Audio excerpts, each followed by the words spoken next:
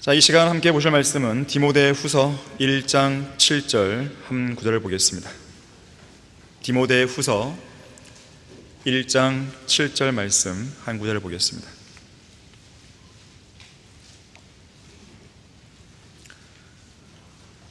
하나님께서 우리에게 주신 것은 두려워하는 영이 아니라 능력과 사랑과 건전한 생각의 영이라. 자, 말씀을 위해 다 같이 기도하시겠습니다. 고마우신 아버지 하나님, 전능하신 주님의 그 능력의 손길 속에서 저희들은 하루하루를 살고 있으며, 또 치열한 영적 전쟁 한복판에서도 주님의 도우심으로 승리하고 또 이기고 또 주님의 뜻에 합당하게 처신하려고 노력하고 있습니다. 주님의 도우심이 없다면 저희들은 진작에 생명의 호흡이 끊어졌으며, 또 진작에 우리는 세상에서 죄 가운데 방황하다가 그렇게 죽어버렸을 것입니다. 그러나 주님은 저희들에게 자비를 베풀어 주셨고, 늘 돕는 손길과 피할 수 있는 길도 마련해 주셔서 우리가 하나님의 사역을 수행하거나 영적인 전쟁을 치르거나 주님이 맡기신 일들을 수행하는 데 있어서 전혀 부족함이 없도록 만들어 주셨습니다. 이 시간 저희들은 영과 진리로 경배를 드리는 이 자리에 앉아 있습니다. 그 어느 곳보다도 가장 소중한 자리이고 가장 복된 자리임을 우리는 잘 알고 있습니다. 오직 주님 한 분만으로 저희들의 마음을 가득 채워주시고, 강단에서 선포되는 이 말씀을 통해 마음과 생각을 변화시키는 소중한 계기가 될 수 있도록 인도해 주십시오. 모든 걸 주님께 부탁드립니다. 주 예수 그리스도 이름으로 기도했습니다. 아멘. 설교 제목은 하나님께서 우리에게 주신 것, 하나님께서 우리에게 주신 것이라는 제목으로 설교하겠습니다. 우선 여러분에게 질문 한 가지를 드리겠습니다. 여러분이 하나님께로부터 받은 것은 무엇입니까? 현재 여러분이 소유하고 있고 향유하고 있는 모든 것들은 여러분의 피땀 어린 노력으로 얻은 결과들입니까? 아니면 하나님이 주신 것들입니까? 조상 대대로 내려와 부모님을 통해 물려받은 것들입니까? 아니면 주님께서 그분의 풍성하신 은혜 가운데 공급해 주신 것들입니까? 하나님의 마음에 꼭 맞는 왕이었던 다윗, 이 다윗은 하나님이 주신 것들에 대해서 역대기상 29장에서 이렇게 고백합니다. 오 주여, 위대하심과 권세와 영광과 승리와 위엄이 주의 것이니이다. 이는 하늘과 땅에 있는 모든 것이 주의 것이며, 오 주여, 왕국이 주의 것이며 부와 존귀가 다 주께로부터 나오고 주께서는 모든 것을 치리하시며 권세와 능력이 주의 손에 있고 모든 것을 위대하게 만들고 힘을 주시는 것이 주의 손에 있나이다. 오 주 우리 하나님이여, 우리가 주의 거룩한 이름을 위하여 주께 한 전을 건축하려고 준비한 이 모든 물건이 다 주의 손으로부터 왔으며 다 주의 소유니이다. 제가 11절, 12절, 16절만 발췌해서 읽은 것이에요. 이러한 다윗의 고백에 여러분도 진심으로 아멘할 수 있습니까? 사실 우리는 너무나 자주 하나님을 잊고 살아갑니다. 사도행전 17장 27절과 28절에서는 사람들이 하나님을 감지하려 하면 만나리니 그분은 우리 각 사람에게서 멀리 떨어져 계시지 아니하도다. 우리는 그분 안에서 살고 움직이며 존재하느니라고 말씀하는데요, 하나님을 의식하고 인식하는 우리의 감각이 곧잘 무너지는 것이죠. 무뎌지는 것입니다. 마치 하나님 안에서 살고 있지 않은 사람처럼, 하나님 안에서 움직이고 있지 않은 존재처럼 살아가는 거예요. 과연 여러분은 하나님께로부터 무엇을 받았습니까? 사실 우리가 하나님께로부터 받지 않은 것은 아무것도 없습니다. 다 받은 거예요. 사도 바울은 육신적인 고린도 교회 성도들에게 묻습니다. 고린도전서 4장 7절에서 내가 가지고 있는 것 중에 받지 않은 것이 무엇이냐? 이제 내가 받았다면 어찌하여 받지 않은 것처럼 자랑하느냐? 하나님께로부터 받은 것인데 하나님께로부터 받지 않은 것처럼, 즉 자기 힘으로 다 이룬 것처럼 왜 자랑하냐 이거예요. 마치 우리가 하나님께로부터 받지 않은 사람처럼 우리가 소유하고 있는 이 모든 것들을 우리 각자의 힘과 노력으로 얻은 것처럼 자랑하면 안 됩니다. 요한복음 3장 27절에서 하늘에서 주신 것이 아니면 사람은 아무것도 받을 수 없다고 그랬어요. 여러분이 현재 향유하고 있는 모든 것 누가 주신 것입니까? 현재 누리고 있는 그 복 누가 주신 것입니까? 누가 여러분에게 먹을 걸 줬고, 누가 여러분에게 입을 것을 주셨고, 누가 여러분에게 잠잘 수 있는 거처를 마련해 주셨습니까? 오늘 교회에 예배를 드려 나올 때 여러분이 타고 왔던 자동차 주유 비용이나 지하철, 버스 등의 교통비는 누가 주신 것입니까? 혹시 아무것도 안 타고 두 다리로 걸어온 분이 있습니까? 그렇다면 건강하게 걸어올 수 있도록 튼튼한 두 다리를 주신 분이 누굽니까? 야고보서 1장 17절에서는 모든 좋은 선물과 모든 온전한 선물이 위로부터 곧 빛들의 아버지께로부터 내려온다고 말씀합니다. 또한 여러분의 생명의 호흡은 누가 주신 것입니까? 시편 104편 29절에서는 주께서 얼굴을 숨기시면 그들은 곤란해지며 주께서 그들의 숨을 거두어 가시면 그들이 죽어서 그들의 흙으로 돌아나고 그랬습니다. 오늘날 많은 환자들이 병원에서 산소호흡기를 달고 있죠. 흔히 산소통을 설치해 놓고 인공호흡을 시키는 경우가 꽤 많은데 그 산소통 안에 들어있는 산소값은 꽤 비쌉니다. 3일 남짓한 기간에 단 1초도 쉬지 않고 산소를 계속 공급할 때 그때 드는 산소값은 대략 100만 원이라고 그래요. 3일 정도 100만 원 값이죠. 다시 말하자면 하나님께서 생명의 호흡을 쉬지 않고 우리에게 공급해 주신 덕분에 우리는 매일매일, 아니요 3일에 한 번씩 100만 원씩 절감하는 것이죠. 1년은 365일이고 한 사람의 생애를 80년으로 계산하면 평생에 100억 원에 가까운 비용을 우리는 절감하는 것이죠. 그런가 하면 낮 12시간 동안 여러분을 계속해서 비추고 있는 태양은 누가 주신 것입니까? 마태복음 5장 45절을 보니까 하나님께서 그분의 태양을 악인과 선인 위에 떠오르게 하시며 의로운 자와 불의한 자 위에 비를 내리신다고 했어요. 여러분 가정의 전기료는 얼마나 나옵니까? 1년 365일 단 하루도 쉬지 않고 저 태양에서 나오는 햇빛의 가격을 전기세로 환산하면 금액이 얼마나 나올까요? 만일 하나님께서 전기 요금 고지서처럼 햇빛을 사용한 요금 고지서를 우리 가정으로 발송하신다면 우리는 과연 1년에 얼마씩 내야 될까요? 반면에 우리나라 한국전력공사에서 1년치 전기료를 여러분에게 면제해 준다면 국민들은 얼마나 감사할까요? 그러면 햇빛을 무료로 사용하게 해주시고 공짜로 사용하게 해주시고 마음껏 사용하게 해주시는 하나님께 여러분은 감사드리고 있습니까? 시편 136편 7절부터 9절 말씀에서는 이렇게 말씀하죠. 큰 빛들을 지으신 분께 감사하라. 그의 자비가 영원히 지속됨이라. 낮을 주관하는 태양을 지으신 분께 감사하라. 그의 자비가 영원히 지속됨이라.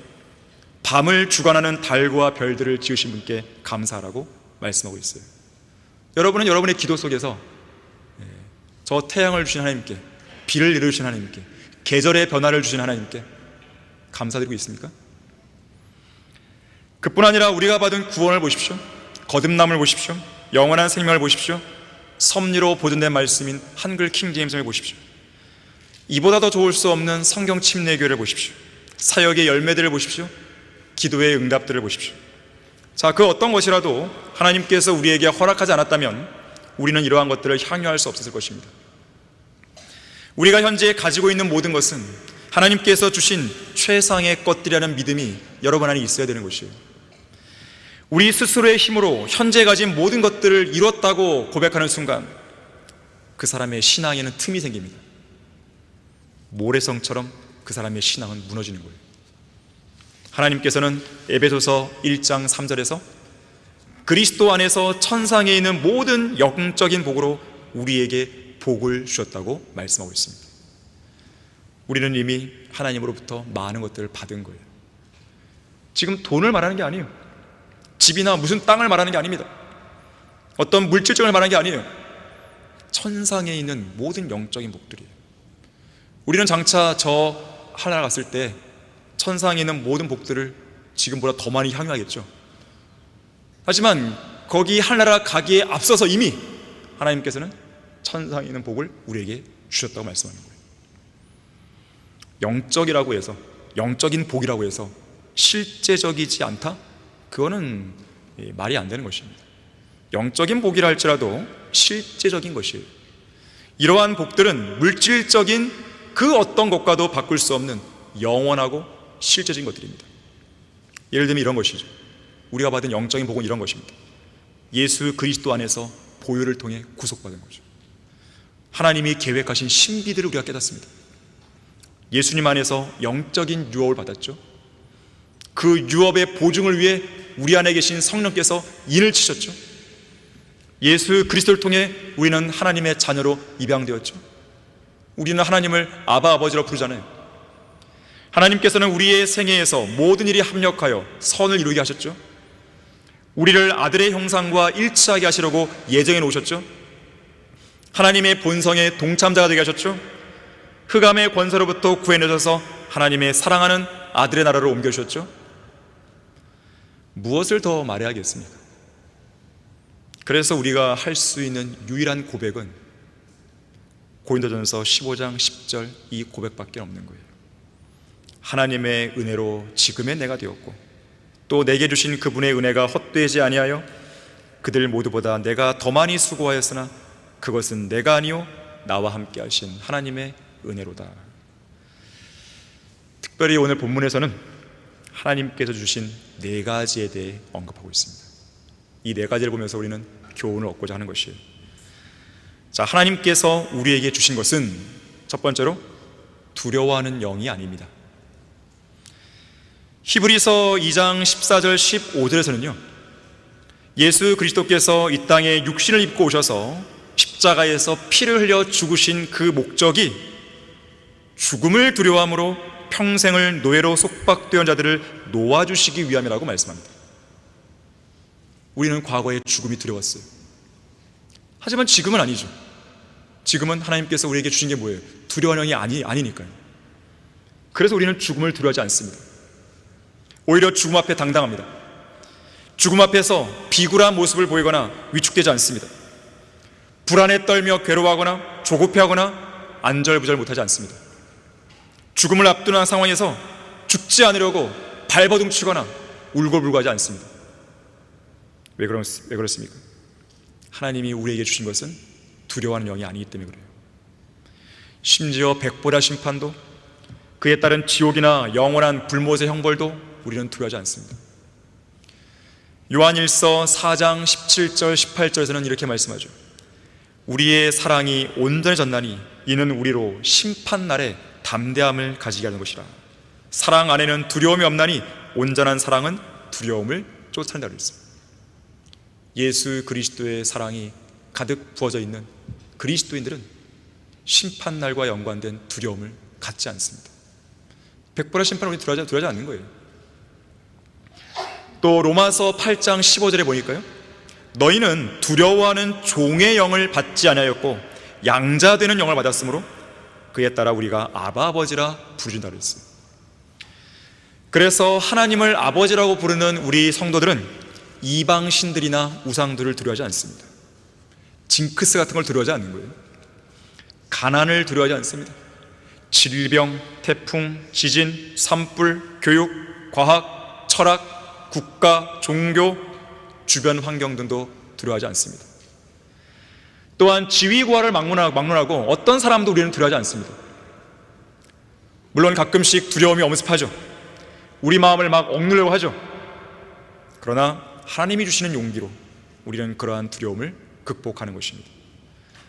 자, 이처럼 하나님께서 우리에게 주신 것은 두려워하는 영이 아니에요. 그 대신에 하나님은 주를 두려워하는 영을 주셨어요. 왜 그렇습니까? 우리 안에 영원히 내주하시는 성령 하나님은 주를 두려워하는 영으로 불리는 거예요. 자, 이사야 11장 2절 보겠습니다.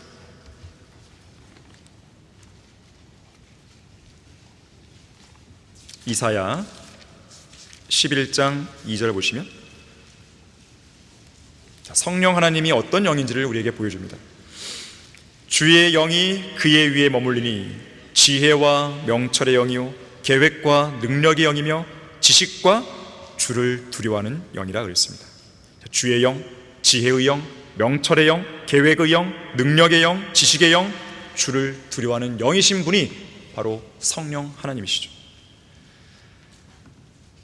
이처럼 하나님께서는 성령으로 거듭난 우리 성도들에게 주신 것이 바로 주를 두려워하는 영이지, 하나님 외에, 주님 외에 다른 것들을 두려워하는 영이 아니라는 거예요.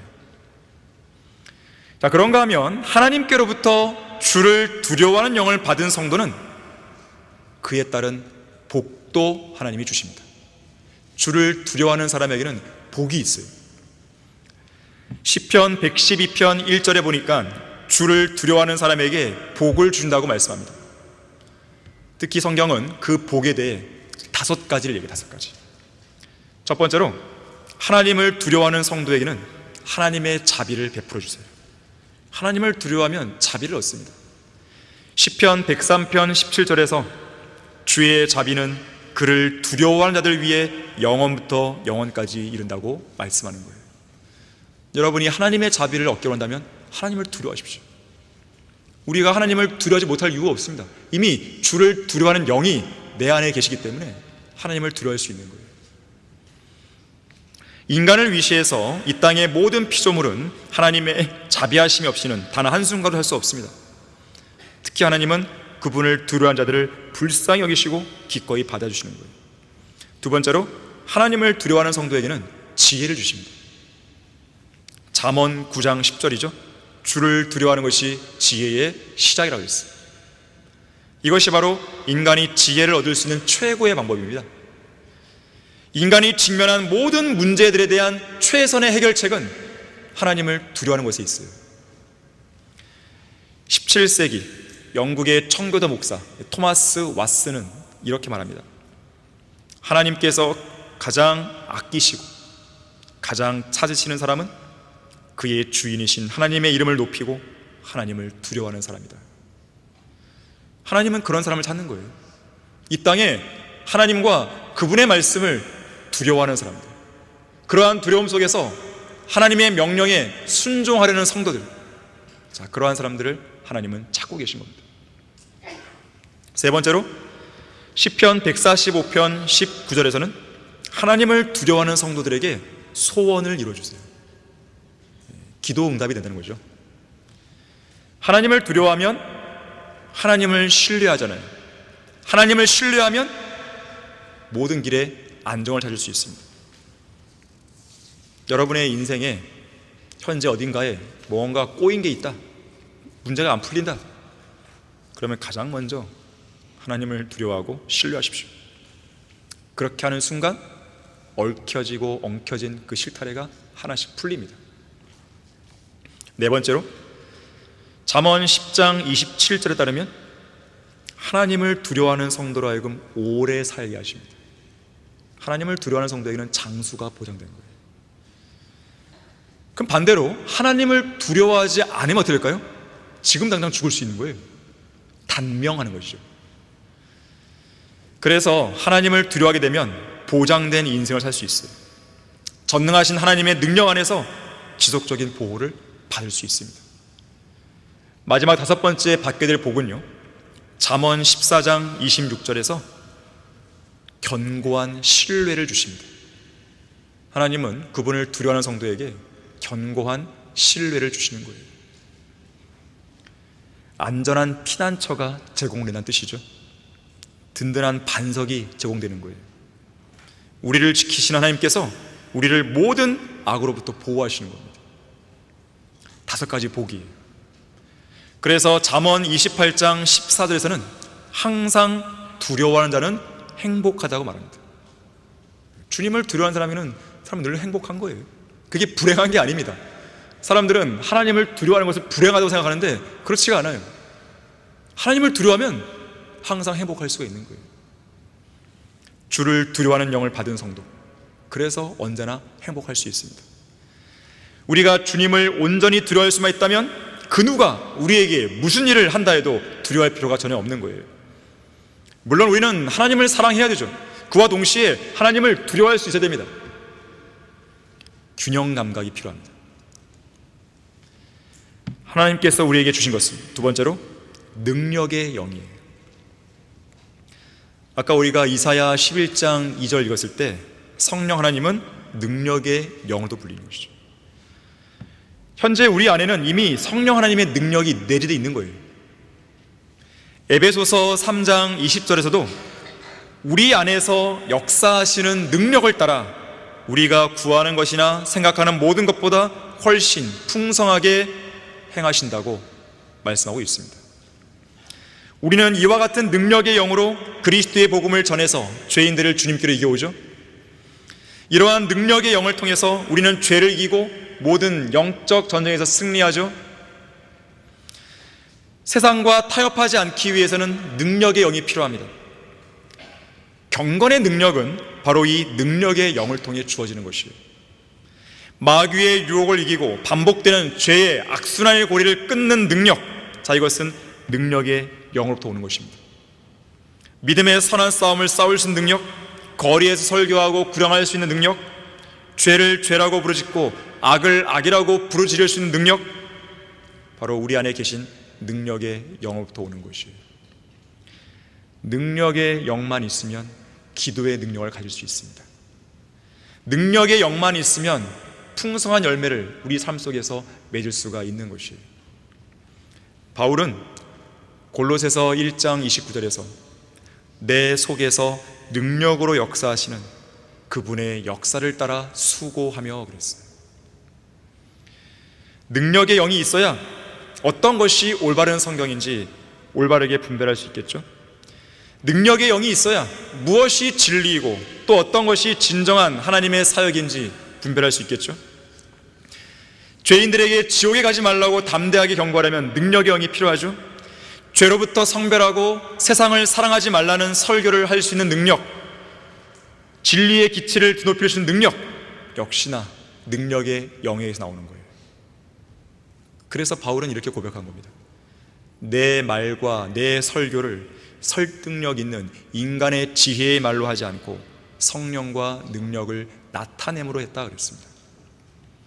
이러한 능력이 있어야 비성경적인 교리들을 거부할 수 있습니다. 이러한 능력이 있어야 인간적인 전통들을 담대하게 거부할 수 있고, 이러한 능력이 있어야 예수 그리스도를 위해 세상의 비난과 비평을 감수할 수 있는 거예요. 어떠한 고난도 견디고 십자가를 능히 질 수 있는 것입니다. 그야말로 진리의 말씀을 따라 성경대로 믿는 성도로서 살아갈 수 있는 모든 능력을 우리 안에 계신 성령 하나님, 바로 능력의 영으로부터 얻게 되는 것입니다. 하지만 중요한 점이 있습니다. 능력의 영이 우리 안에 있다는 것만으로 만족하시면 안 됩니다. 능력의 영이 우리 안에 내주하는 것과 능력의 영으로 우리가 가득 채워지는 것은 다른 문제예요. 성령으로 충만해야 한다는 뜻입니다. 오늘날 배교한 교회 시대에는 성령으로 충만한 그리스도인들을 좀처럼 찾기가 어렵게 되었습니다. 러크만 목사님의 설명에 따르면 그야말로 희귀종 성도들이 많은 거죠. 가장 큰 이유가 뭔가 봤더니, 어떻게 하면 성령으로 충만하지 않고도 성령의 열매를 잘 흉내낼 수 있을까? 어떻게 하면 잘 모방할 수 있을까? 이걸 배워버린 거예요, 사람들이. 그래서 대부분의 교회들이 겉모습만 그럴듯하게 성령으로 충만하게 보이는 수많은 그리스도인들을 양산해낸 것입니다. 이 시대의 가장 비참한 모습이에요. 현대 그리스도인들은요, 사회적으로는 괜찮은 사람들처럼 보입니다. 하지만 아무 영향력이 없어요. 성경은 우리가 성령으로 충만하지 못하면 성령의 능력은 온데간데 없이 살아나려 했어요. 하나님을 추구함이라는 제목의 책을 쓴 사람이 있습니다. A.W. 토저라는 사람입니다. 오늘날 배교한 교회들에서 성령 하나님을 소홀히 대하는 것을 지적하면서 이런 말을 합니다.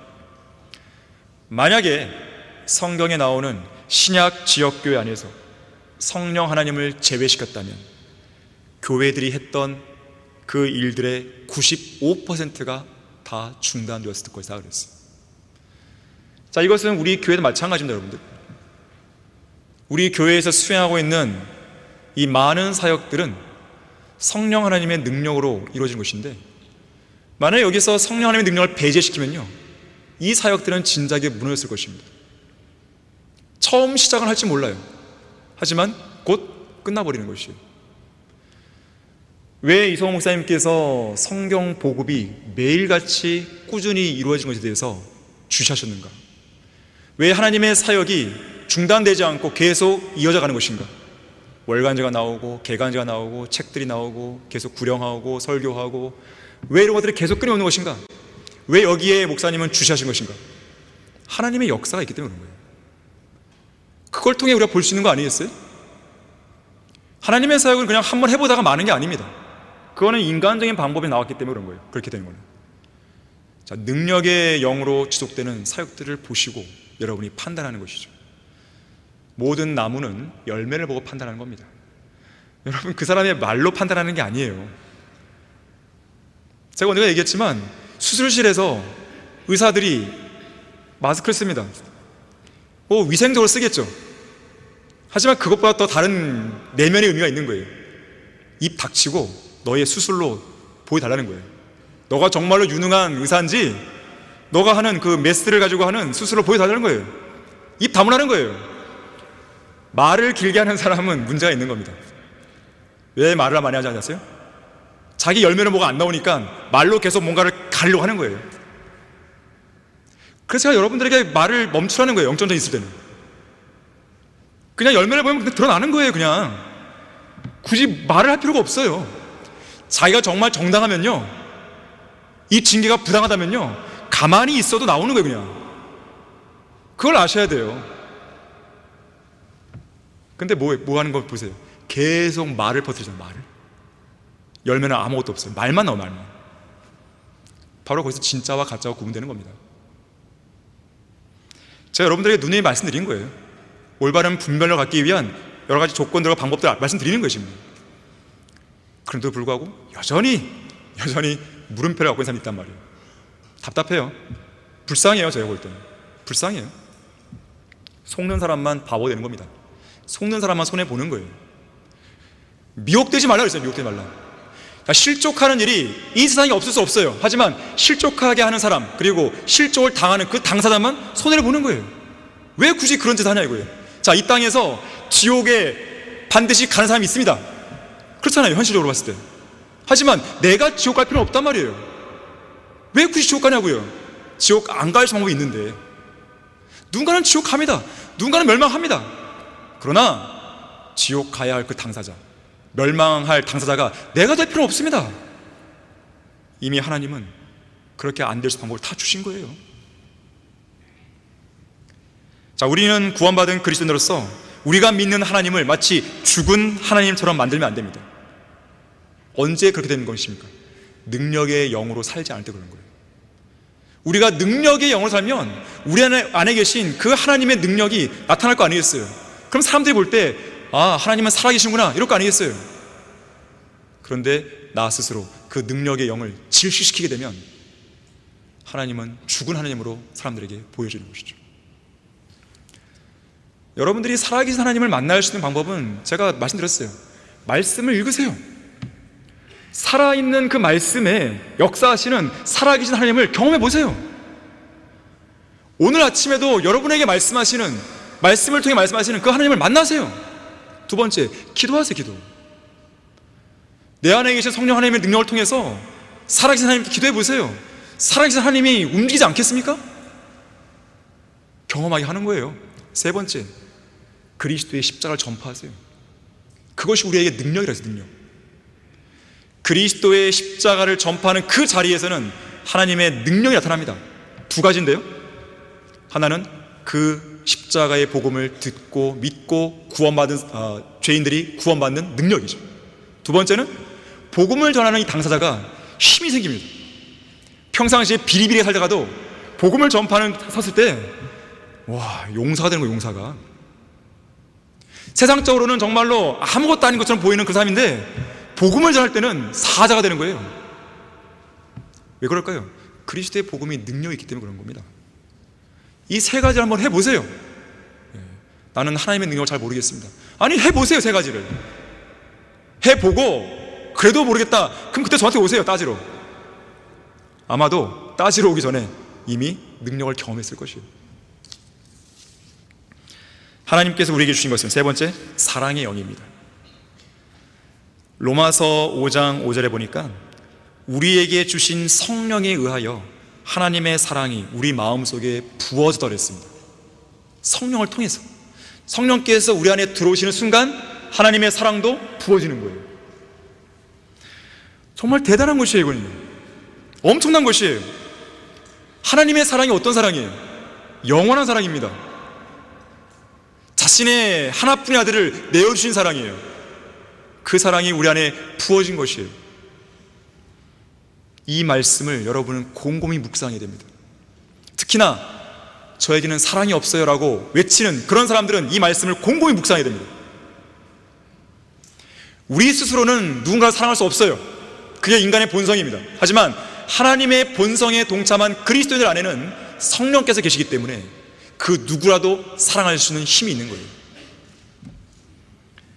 더러운 죄악들로 가득했던 우리 마음속을 예수 그리스도의 피로 구석구석 깨끗하게 씻으시고 그리스도의 피로 정결하게 된 그 마음속으로 하나님의 사랑을 부어줬다는 것을 생각해 보십시오. 진정한 사랑이 무엇인지 몰랐던 우리에게 하나님의 사랑을 부어주셔서 우리로 하여금 진정한 사랑의 의미를 깨닫게 하셨습니다. 그러한 사랑이 우리 마음속에 부어졌기에 우리는 우리의 힘으로 도저히 사랑할 수 없었던 그런 사람들도 사랑할 수가 있는 거예요. 물론 우리는 우리 안에 부어져 있는 그 사랑으로 하나님을 가장 먼저 사랑하겠죠. 또한 우리 안에 부어진 그 사랑으로 하나님의 말씀인 성경을 더 사랑하겠죠. 우리 안에 부어져 있는 그 사랑으로 하나님이 세우신 이 교회를, 또 하나님께서 우리에게 맡기신 사역들을 사랑해야겠죠. 하나님께서 우리에게 부어주신 그 사랑으로 우리의 가족들을 사랑해야겠죠.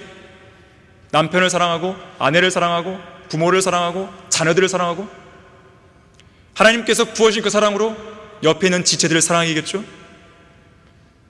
사랑까지는 아니지만 죄인들을 향해서는 연민이 발동되겠죠.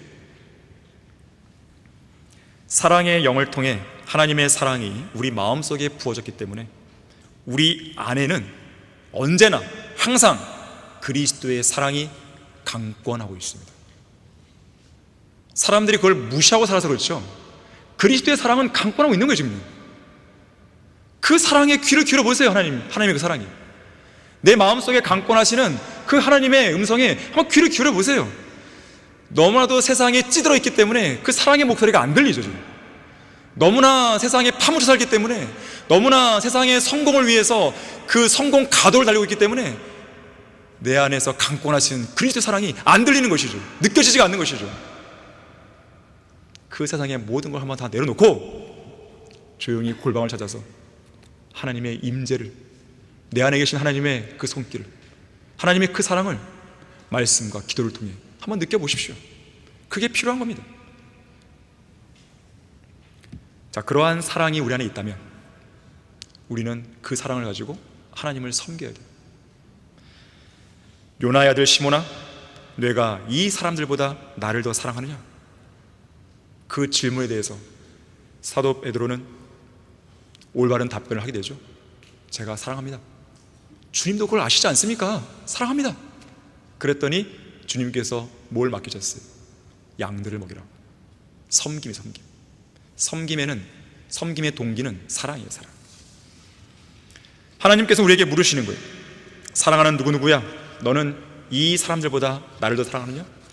너의 부모보다, 너의 자녀보다, 너의 남편보다, 너의 아내보다, 너의 친척보다, 너의 직장 동료보다, 너의 가장 친한 친구보다 나를 더 사랑하느냐?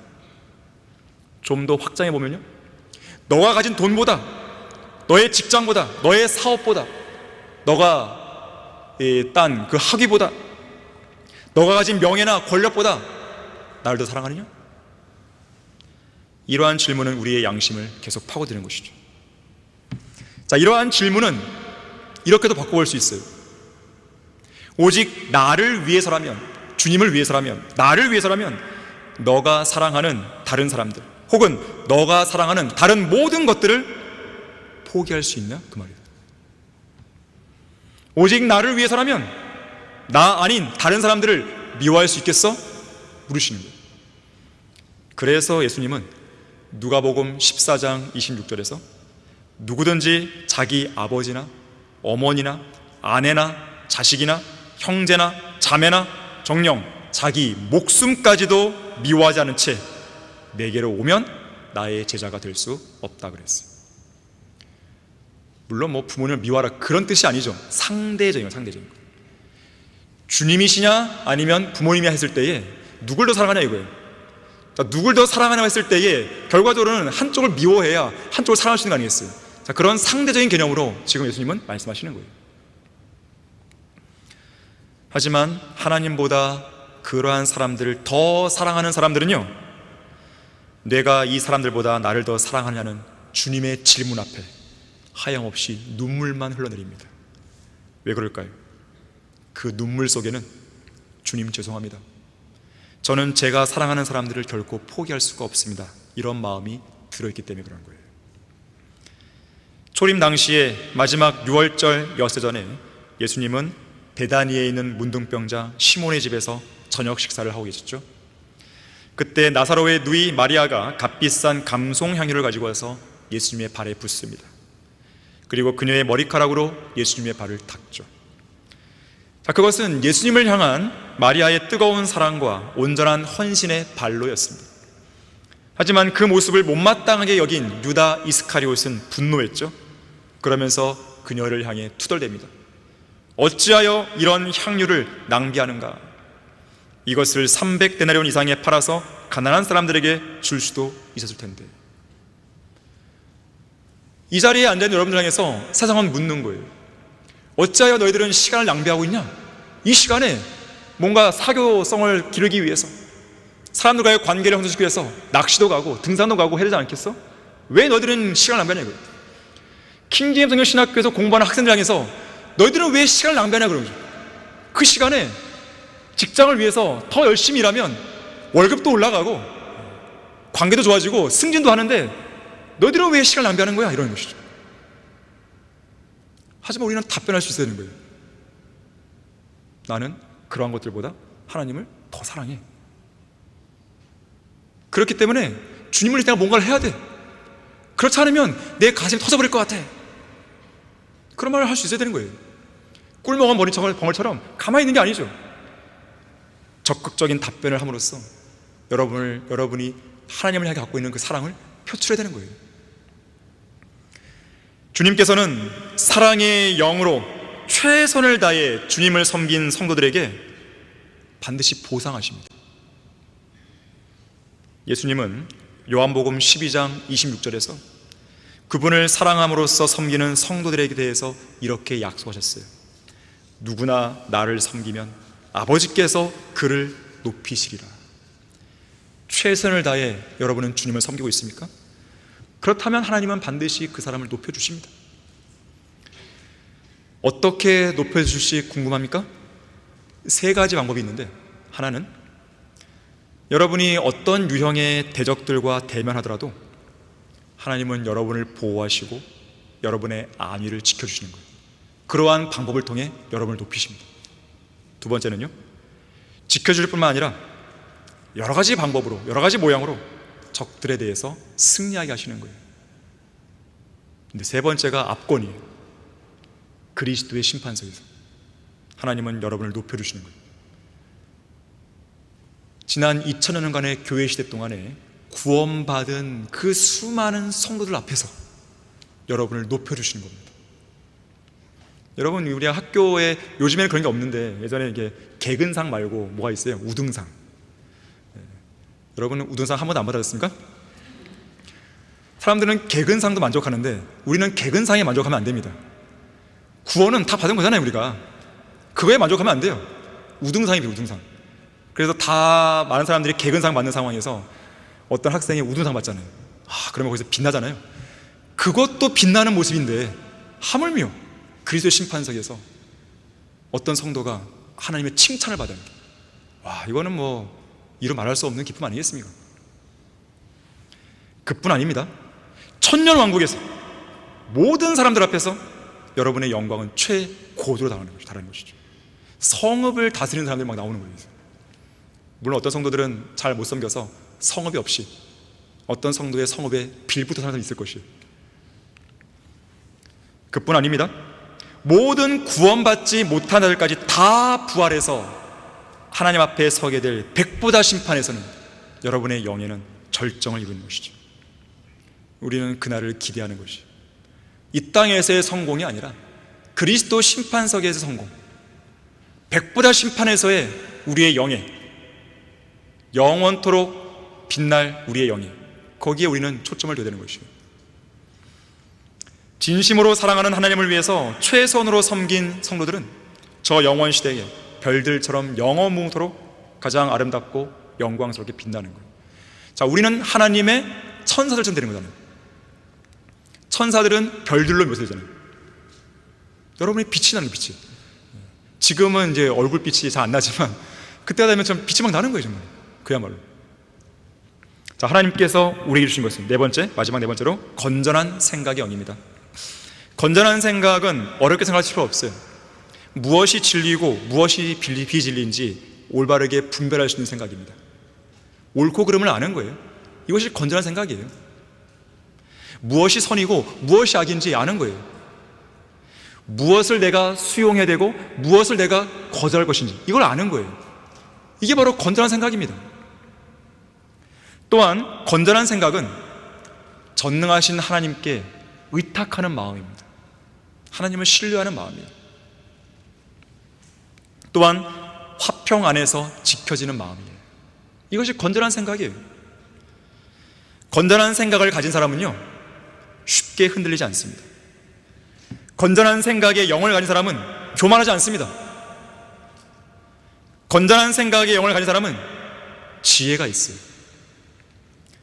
건전한 생각의 영을 가진 사람은 영과 육이 더럽혀지지 않습니다. 성별하는 것이죠. 성경 변개자들은요, 건전한 생각이 결여된 것이에요. 한글 킹제임스 성경을 흉내내서 만든 짝퉁 성경들은 건전한 생각의 영을 가진 사람들이 아니에요. 돈을 벌기 위한 것이라든지 자기 이름과 명예를 드러내는 거예요. 그걸 어떻게 알 수 있는 것인가? 그들의 성경을 번역한 동기를 보면 알아요. 그리고 그들이 지금 내고 있는 열매를 보면 아는 것이에요. 건전한 생각은요, 좀 더 쉽게 말하면 성경적인 생각입니다. 양심적인 생각입니다. 더 나아가서는요, 상식적이고 도덕적인 생각이에요.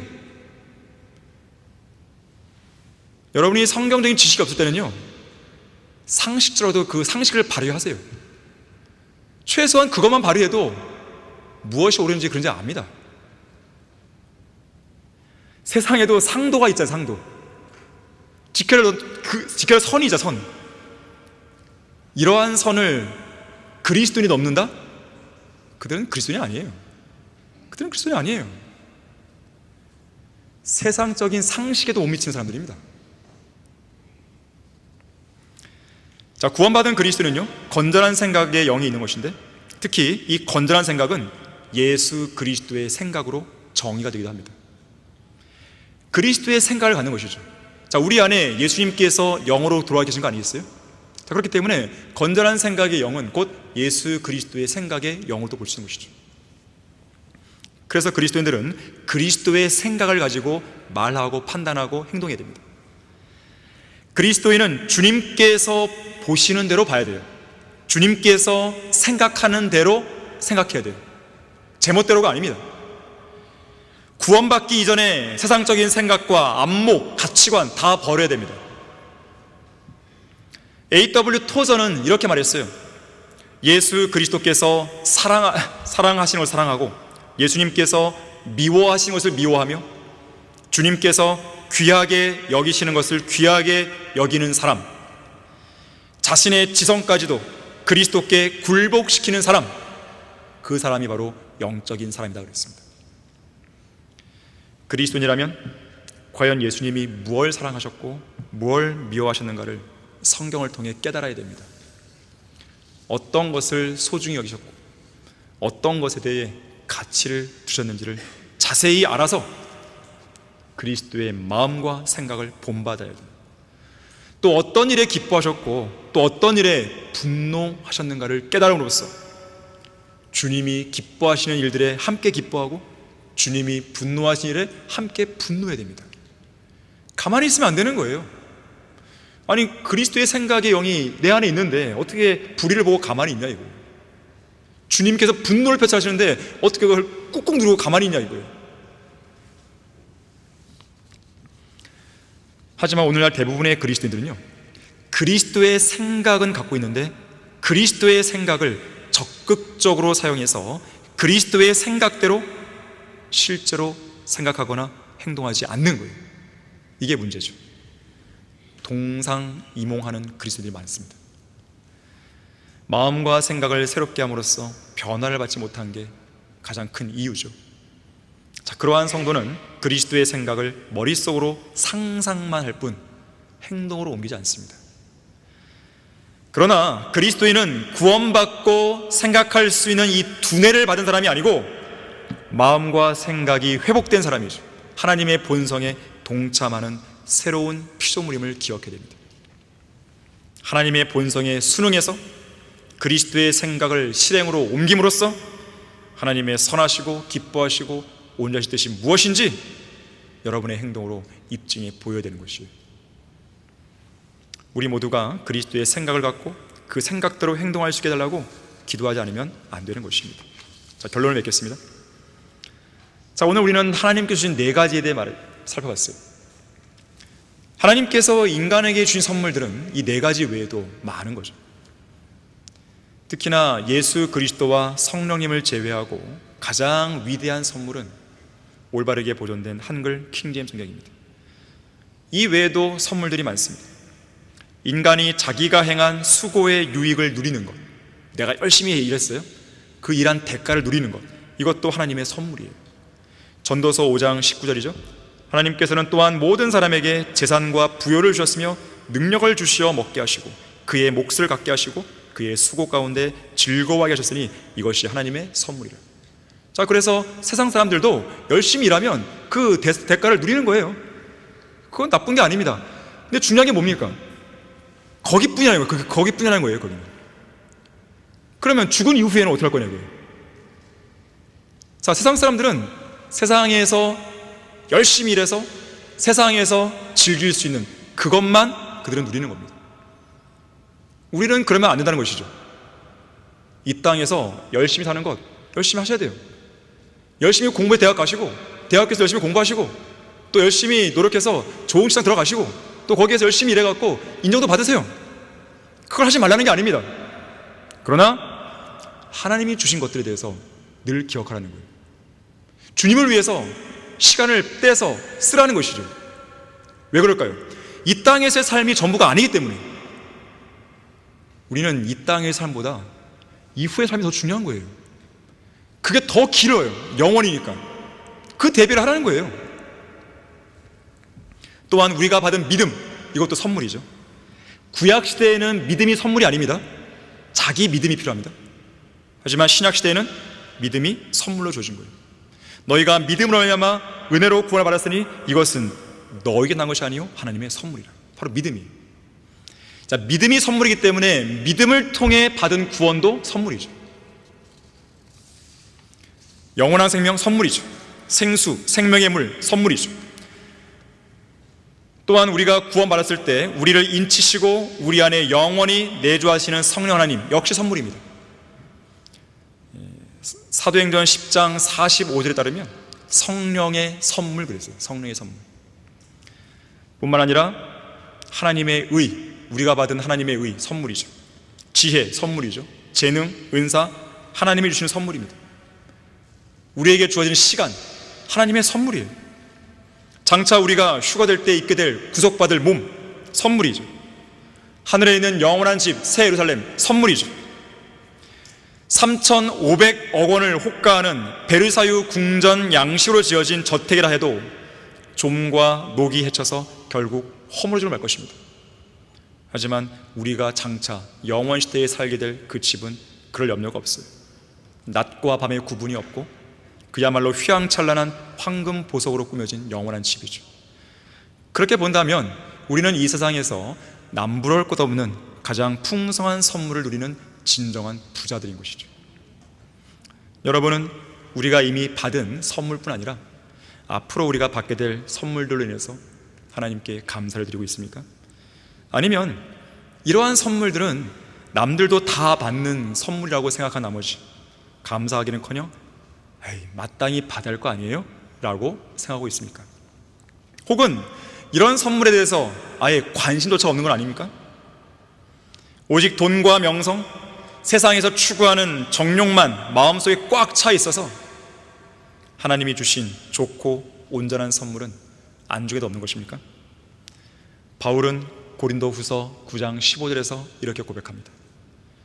이제 말로 표현할 수 없는 그분의 선물로 인하여 하나님께 감사를 드린다 그랬어요. 하늘을 두루마리 삼고 바다를 먹물 삼아도 한없는 하나님의 사랑 다 기록할 수 없겠네. 하나님 크신 사랑을 그 어찌 다 쓸까? 저 하늘 높이 쌓아도 채우지 못하리.